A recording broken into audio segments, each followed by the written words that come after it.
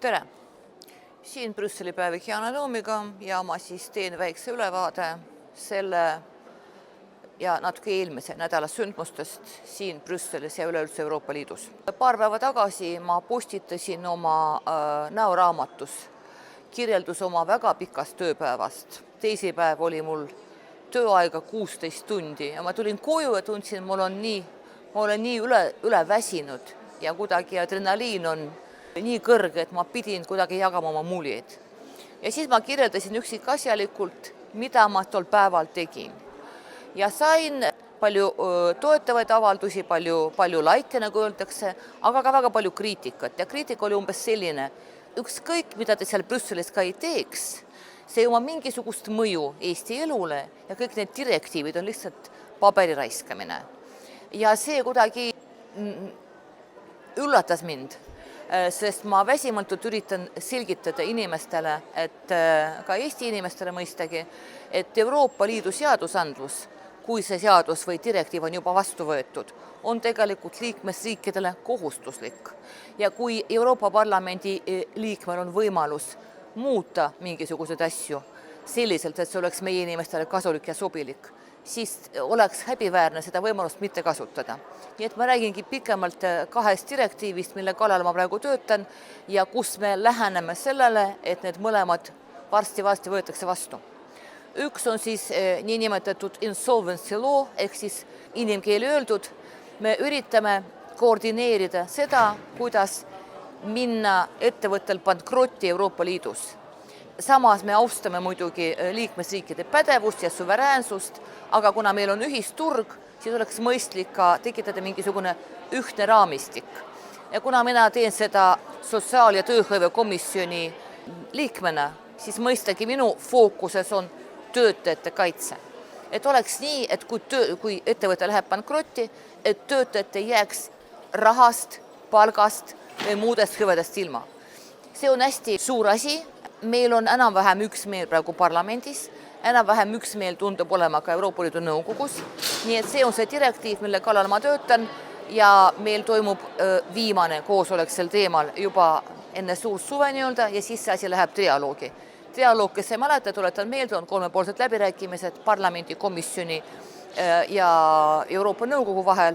Nii et ma väga loodan, et see asi saab varsti tehtud ja siis kogu Euroopa Liidus ja ka Eestis mõistagi töötajad on ettevõtte pankroti puhul kaitstud. Nad ei jää viimaseks seal, kus jagatakse selle pankroti vara või raha. See on üks direktiiv. Teine on veelgi olulisem minu arvates. Ja see ongi põhjus, mis mind nii üllatas see negatiivne reaktsioon. Teine on Euroopa Liidu sotsiaalkaitsesüsteemide koordineerimine. See tähendab seda, et meil on näiteks Euroopa Liidus umbes 5 miljonit nimetatud mobiilsed töötajad, ehk siis inimesi, kes kasutavad oma seaduslikku võimalust töötada teises liikmesriigis. Meil on teatavasti 4 põhiõigust, me oleme väga uhked nende üle ja üks on nendest tööjõu vaba liikumine. Aga see vaba liikumine ei tähenda sugugi seda, et kui sa leiad tööd näiteks Prantsusmaal ja töötad Prantsusmaal 2-3 aastat ja siis sa kaotad oma töö. See ei anna sulle paraku tänases olukorras õigust saada Prantsusmaal ka tööturaha ja kõiki perehüvitisi ja muid toredad asju. Sa saad seda väga lühikest aega, siis sa pead tulema tagasi oma liikmesriiki ja alustama otsast peale seal, mis ei ole õiglane, sest need mobile workers, ehk siis mobiilsed töötajad, tegelikult panustavad nende liikmesriikide majandusse, kus nad töötasid. Aga siis, kui liikmesriik peab nendele võlga tagasi maksma, seda ei toimu. Ja see ongi see direktiiv, mille kallal me praegu töötame. Me oleme juba jõudnud trialoogini. Trialoog on 3-poolsed läbirääkimised. Esimene trialoog toimus just teisipäeval, siis kui ma selle sama postituse kirjutasin. Ja läks päris halvasti, ma ütlen ausalt. Nii et ma pole enam väga optimistlik, et selle eesistumise ajal me jõuame lõpusirgele. Selle eesistumise ajal tähendab enne 1. juuli. Praegu on nõukogus eesistuja Poola, kelle huvides on selle direktiivi läbiviimine ja vastuvõtmine, kuna poolakad on ümber Euroopa Liidu väga palju töötamas teistes liikmesriikides, mis reeglid on helgemad kui need liikmesriigid, kus need inimesed tulevad.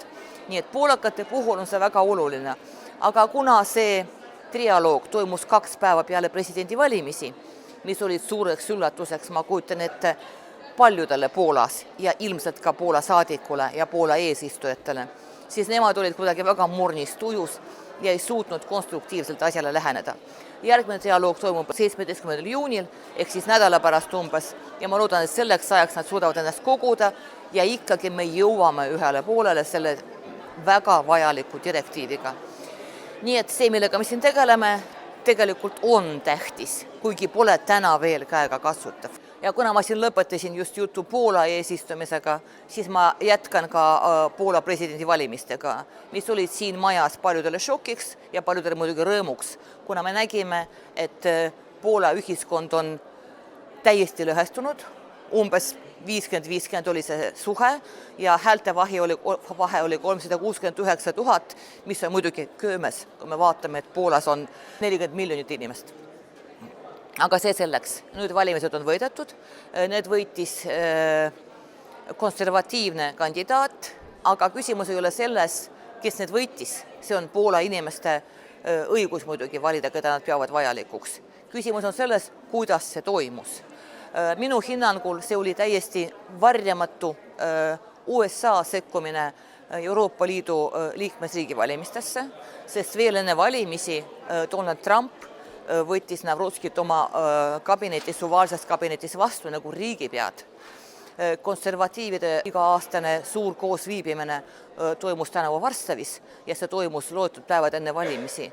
Ja USA administratsiooni esindaja väga selgelt ütles esinedes seal, et Ameerika administratsioon soosib just seda kandidaati ja selle kandidaadi võit tähendab seda, et siis Poola on kaitstud ka NATO-s ka USA poolt. Ma kujutan ette, kui mõne teise riigi esindaja, ma mõtlen kolmanda riigi esindaja, esineks sellise sõnavõtuga, siis muidugi kogu Euroopa Liit oleks tagajalgadel. USA puhul kõik muidugi viisakalt vaikivad, aga kui me vaatame seda asja lähemalt, siis me tegelikult näeme, et see on selle mustri jätk, mida me nägime Donald Trumpi juba inauguratsioonil, kuhu ei kutsutud teatavasti Euroopa Liidu esindajad, vaid olid ainult mõned tema soosikud. Nüüd on veel üks soosik, ehk siis Poola vast valitud president, kes küll räägib sõnades, et ta on Lääne, NATO ja Poola poolt, aga tema maailmapildis lääs on Ameerika Ühendriigid ja mitte Euroopa Liit. Ja kui me näeme, et meie nii-öelda lähimliitlane on tegelikult õõnestamas Euroopa Liidu ühtsust, siis see on meile kõigile väga selge signaal, et Euroopa ühtsus on see, mida me kõik siin väga vajame. Ja nagu öeldakse sellel optimistlikul noodil, hüvasti ja näeme taas nädala pärast.